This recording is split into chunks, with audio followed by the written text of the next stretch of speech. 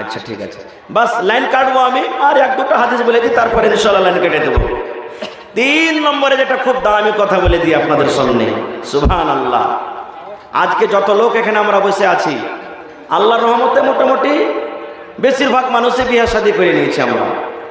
কত মানুষের 5টা আবার ছেলে হয়ে গেল, কার 10 বছর বিয়ে করা হলো, কার 50 বছর হলো, কার 30 বছর হলো, এই ধরনের অনেক লোক আমরা বসে আছি। কিন্তু ভাই দাদু, বেয়াদবি মাফ করবেন, ছেলে হিসাবে, ভাই হিসাবে, বেটা হিসাবে আপনাদেরকে বলি, যদি আমি এক এক করে এখানে জিজ্ঞাসা করতে লাগে, ভাই বিয়ে করেছেন, বিবির কাছে যাওয়ার দোয়াটা একটু বলেন তো, কতটি লোক বলতে পারবো? 10টা, 20টা, 50টা, 100টা। বাকি কোটা আমরা বলতে পারবো না। বাকি কোটা আমরা জানি না, বলতে পারবো না। কি দোয়াটা? আল্লাহ রাসূল বলেছেন, এরে আমার উম্মত শুনে নাও, যখন তোমার স্ত্রীর সাথে মিলন করার তোমার ইরাদা হবে, যখন তুমি বিবির কাছে যাবে, যখন তোমার স্ত্রীর সাথে সহবাস করার তোমার ইরাদা হবে, আল্লাহ নবী বলেছেন, উম্মত, এ আমার উম্মত তোমরা শুনে নাও, বিবির সাথে মিলন করার আগে, বিবির কাছে যাওয়ার আগে তোমাকে একটা দোয়া পড়তে হবে রে উম্মত। যতক্ষণ পর্যন্ত তুমি দোয়া না পড়বে, অতক্ষণ পর্যন্ত তুমি সহবাস করিও না, অতক্ষণ পর্যন্ত মিলন করিও না। কি দোয়াটা? আল্লাহ রাসূল বলেছেন, বিসমিল্লাহি আল্লাহুম্মা জান্নিবিনা শাইতান ওয়া জান্নিবিশ শাইতানা মা রাযাকতানা। কি দোয়া? বিসমিল্লাহি আল্লাহুম্মা জান্নিবিনা শাইতান ওয়া জান্নিবিশ শাইতানা মা রাযাকতানা। আল্লাহর নবী বলেছেন, উম্মত, এই দোয়া পড়ার পর তুমি স্ত্রীর কাছে যাবে, এই দোয়া পড়ার পর তোমার স্ত্রীর সাথে তুমি মিলন করবে। এবার যদি বলেন, মাওলানা দোয়া আমি পড়লাম না, দোয়া পড়লাম না, বিনা দোয়াতে আমি বিবির সাথে মিলন করে নিলাম, বিনা দোয়াতে বিবির কাছে আমি চলে গেলাম, তাইলে আমার কি ক্ষতি আছে? হ্যাঁ ভাই, ক্ষতি আছে। আমার মাওলানারা বসে আছেন, জিজ্ঞাসা করবেন রে বন্ধু, এটা আমার পকেটের কথা নয়। আল্লাহ রাসূল বলেছেন, উম্মত রে, যখন তুমি বিবির কাছে যাবে, এই দোয়াটা পড়ে যাবে। এবার যদি না পড়ো রে উম্মত, তাহলে তোমার ক্ষতি হলো এই, তোমার নোকসান হলো এই তোমার ক্ষতি হয়ে গেল।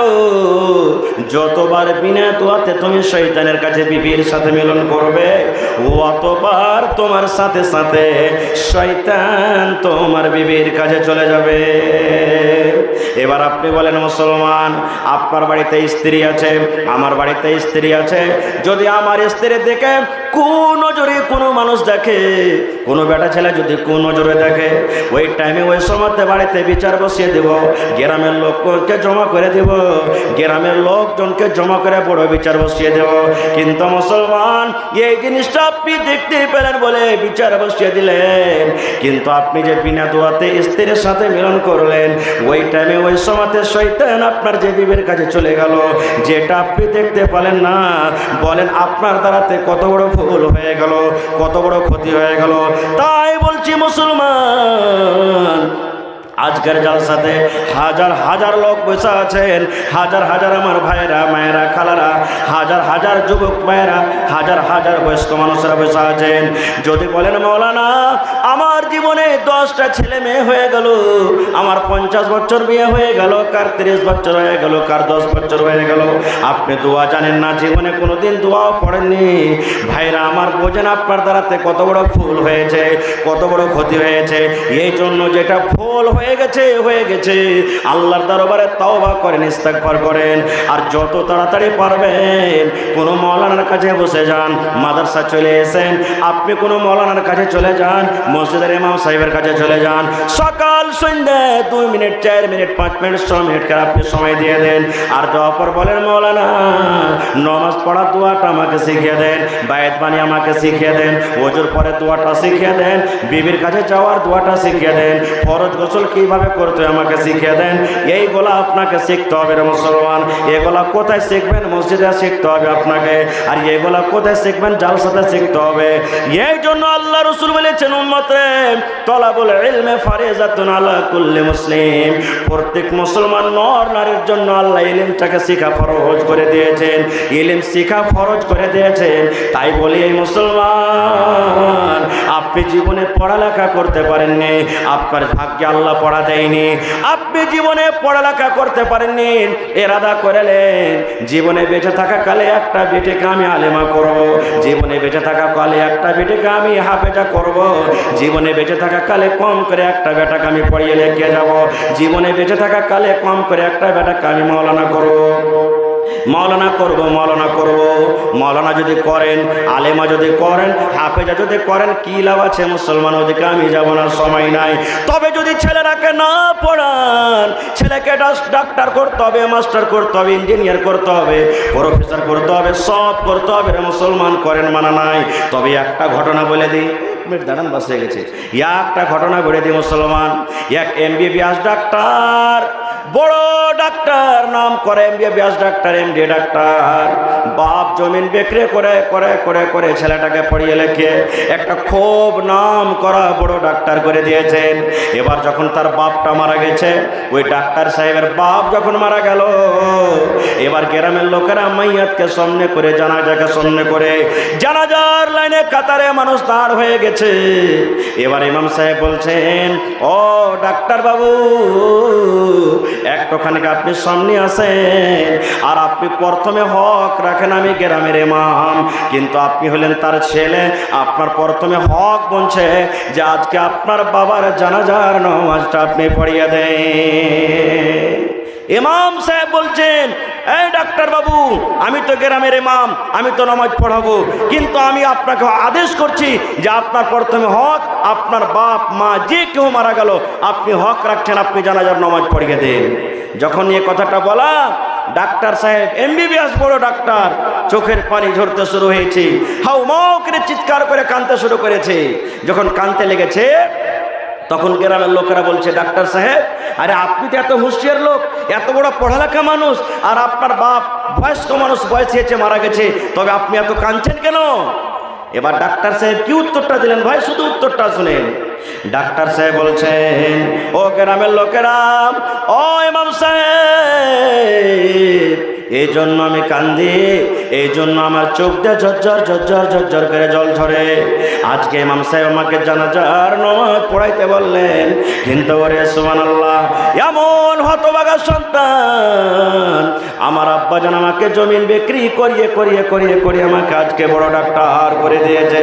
আমি মাসে 5 লক্ষ 10 লক্ষ করে আমি টাকা ইনকাম করি, কিন্তু মাওলানা, আমাকে আমার আব্বা এমন তালিম দিয়েছেন, আমাকে আমার আব্বা এমন জ্ঞান দিয়েছেন, এমন শিক্ষা দিয়েছেন যে আজকে আমার বাপ পড়ে গেছে, বাবার জানাজাতে আমি পড়ব, কিন্তু জানাজার দোয়াটা কি আছে মাওলানা আমি জানি না, জানাজার দোয়া কিভাবে পড়তে হয়, জানাজার নামাজ পড়ার তারিখাটা কি আমি জানি না। আমি এত বড় ডাক্তার, আমি এত বড় ডাক্তার, আমি ডাক্তারি করে নাম করা ডাক্তার, অনেক টাকা পয়সা ইনকাম করে, কিন্তু আমার বাপের জানাজা পড়ার দূরের কথা, আমি জানাজার দোয়াটা আমার মুখস্থ নাই। এই জন্য মুসলমান, ছেলেকে ডাক্তার বানান, ডাক্তার করতে হবে, মাস্টার বানান, মাস্টার করতে হবে, আপনাকে ইঞ্জিনিয়ার করতে হবে, প্রফেসর করতে হবে, কিন্তু মুসলমান, সর্বপ্রথম ছেলেকে আপনাকে দ্বীনি শিক্ষা দিতে হবে, আল্লাহ এবং আল্লাহ রাসূলের তারিখ আপনাকে শিখাইতে হবে, এই দ্বীন আপনার ছেলের ভিতরে পড়তে হবে, এই দ্বীন কি জিনিস ছেলেকে বুঝাইতে হবে, এই শরীয়ত কি জিনিস ছেলেকে বুঝাইতে হবে। না হলে মুসলমান, দ্বীনের শিক্ষা যদি আপনার ছেলেকে না দেন, তাহলে মরার পরও যেটা আল্লাহ একটা অফার দিয়েছেন, দিনদারি আলিমেরা যখন মা বাবার জন্য দোয়া করবে, ওই অফারটা অনলাইন কবরে পৌঁছবে, ওই অফারটা কিন্তু আপনার কবরে কিন্তু বন্ধ হয়ে থাকবে, যাবে না। তাই বলি মুসলমান, এই মাদ্রাসাতে সরকারের কোনো সহযোগিতা আছে না, সরকারের কোনো মদত আছে না, সরকার ঘর দেয়নি, বাড়ি দেয়নি, সরকার কামরা দেয় না, সরকার বেতন দেয় না। এই মাদ্রাসার সরকার হলেন আপনারা। আজকে যদি আপনারা মাদ্রাসাতে দান দেন, চান্দা দেন, সাদকা করেন, এই মাদ্রাসা চলবে। আর যদি আপনারা দান করা বন্ধ করে দেন, তাহলে কিন্তু মুসলমান মাদ্রাসা বন্ধ হয়ে যাবে। আর যদি মাদ্রাসা বন্ধ হয়ে যায়, আপনার গ্রামের ছেলেরা, আপনার এলাকার ছেলেরা শরীয়ত থেকে ইয়াতিম হয়ে যাবে, শরীয়ত শেষ হয়ে যাবে। এই জন্য আপনারা দেখবেন দুনিয়ার ভিতরে কত মানুষ এমন আছে মাদ্রাসার প্রতি হামলা করে, মসজিদের প্রতি হামলা করে না। কারণ ওরা জানছে মুসলমানের দিনের জ্বর, মুসলমানের দিন হলো এই মাদ্রাসা। এই মাদ্রাসা আছে তো মুসলমান আছে, এই মাদ্রাসা আছে তো দিন আছে, এই মাদ্রাসা আছে তো শরীয়ত আছে, এই মাদ্রাসা আছে তো ইসলাম আছে। আর মাদ্রাসা যদি বন্ধ হয়ে যায়, সব কিছু মিটে যাবে, শেষ হয়ে যাবে। তা আপনারা কি চাইছেন মাদ্রাসা শেষ হয়ে যায়? চাইছেন আপনারা? জোরে বলেন, চাইছেন আপনারা? তবে আজকে এই মাদ্রাসার জন্য, কোরআনের জন্য, যেখানে আপনাদের ছেলেমেয়েরা পড়ছে, আপনি 1 টাকা দেবেন, 1 টাকা আপনার কাছ থেকে নেব, ঘুরিয়ে দিব না। তবে দেখি কোন আল্লাহর বান্দা আছেন 1 কুইন্টাল রডের দাম 10,000 টাকা কেউ দিতে পারবেন? দেখি কোন আল্লাহর বান্দা আছেন একটা লোক 20,000 টাকা দিতে পারবেন? দেখি কোন আল্লাহর বান্দা আছেন যে মাওলানা আমার মা বাপ দাদু দাদি সব কবরে চলে গেছেন কিংবা বেঁচে আছেন, জমি জায়গা আল্লাহ অনেক দিয়েছে, আমি 1 ডিসমিল জমিন 2 ডিসমিল জমিন মাদ্রাসাতে দান করে দিলাম, কিংবা টাকা বিক্রি করে যা হবে আমি দিয়ে দেব, যে কোনো মাঠে ময়দানে আছে। দেখি কোন আল্লাহর বান্দা আছেন? কিছু বলবেন নাকি? इस मदरसा के जितने भी तलबा है और मंजूरी से भी बच्चे आए हैं, वो बच्चे चले जाएं होटल में और खाना खाएं।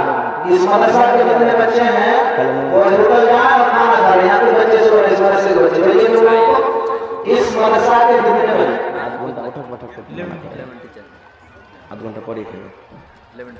তো ভাই আমি একটা আবদার রাখলাম আপনাদের সামনে যে 10,000 টাকা কোনো লোক দিতে পারবেন এই মজলিসের মধ্যে? দেখি কোন আল্লাহর বান্দা আছেন। একটা লোক 20,000 টাকা দিতে পারবেন? দেখি কোন আল্লাহর বান্দা আছেন 1 কাঠা 1 ডিসমিল জমিন কিংবা জমিনের দাম, মাঠের জমিন হোক, ডোবা জমিন হোক, পানির জমিন হোক, যে কোনো জমিন হোক, বিক্রি করে যা হবে এই মাদ্রাসাতে আপনি লাগিয়ে দেবেন। দেখি আমার মায়েরা খালারা কোন এমন আছেন, আমার মায়েরা খালারা বাড়িতে বকরি পুষে, ছাগল পুষে, একটা ছাগল গলা মাদ্রাসাতে দান করে দেবে। একটা দেখি আমার ভাই কেউ আছেন আল্লাহ রসুলের জামানাতে উট দান হয়েছে, গরু দান হয়েছে, বকরি দান হয়েছে, ভেড়া ভেড়ি দান হয়েছে, ঘোড়া দান হয়েছে। দেখি আজকের জালসাতে আমার কোনো ভাই একটা গরু কিংবা ভৈঁস দান করতে পারবেন? দেখি কোন এমন আল্লাহর বান্দা আছেন। এবং মা খালাকে পিন্ডালে চাদর দিয়ে পাঠান, এসেছে দান, মাশাআল্লাহ 1 চাদর দান এসেছে মা, কিন্তু খুব কম এসেছে আর সব জালসার হিসাবে। সুবহানাল্লাহ। এই পরশুদিন কি তোর বাড়িতে জালসা হইলো, পুঁটলি বোঝ হয়ে যেমন সাগের পুঁটলি আসে, মায়েরা পুঁটলিতে বোঝ করে করে চাদরে দান দিয়ে পাঠাচ্ছেন। এরকম দান কিন্তু আমার মায়ের কাছে আসেনি। তো মা চাদর মনে হয় ঘুরছে আপনাকে পিন্ডালে। এই মাদ্রাসাতে আপনারা যতদূর যে শক্তি, টাকা দিয়ে, পয়সা দিয়ে, সিমেন্ট দিয়ে, ছাগল দিয়ে, আংটি দিয়ে, হার দিয়ে, পায়াল দিয়ে, বালা দিয়ে আপনারা এই তাড়াতাড়ি করে চাদর ভর্তি করে দিয়ে পাঠান। তবে ভাই আমার হাতে সর্বপ্রথম 500 টাকার একটা দান এসেছে আব্দুল লতিফ সাহেব সোরাঘাট থেকে। চলে গেছেন নাকি? চলে গেছেন? আচ্ছা চলে গেছেন। তারপরে একজন দিয়েছেন 2000 টাকা। এটা কে দিয়েছেন?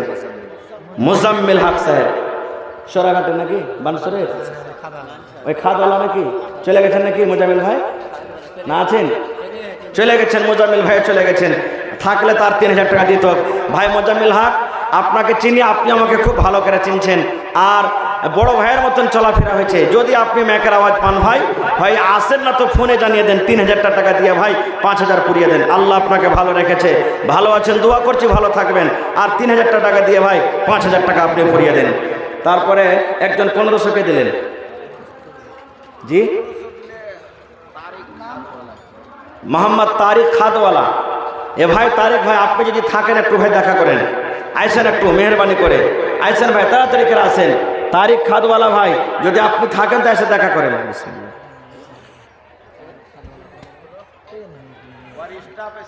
আচ্ছা, ওয়ার স্টাফ এসছিল।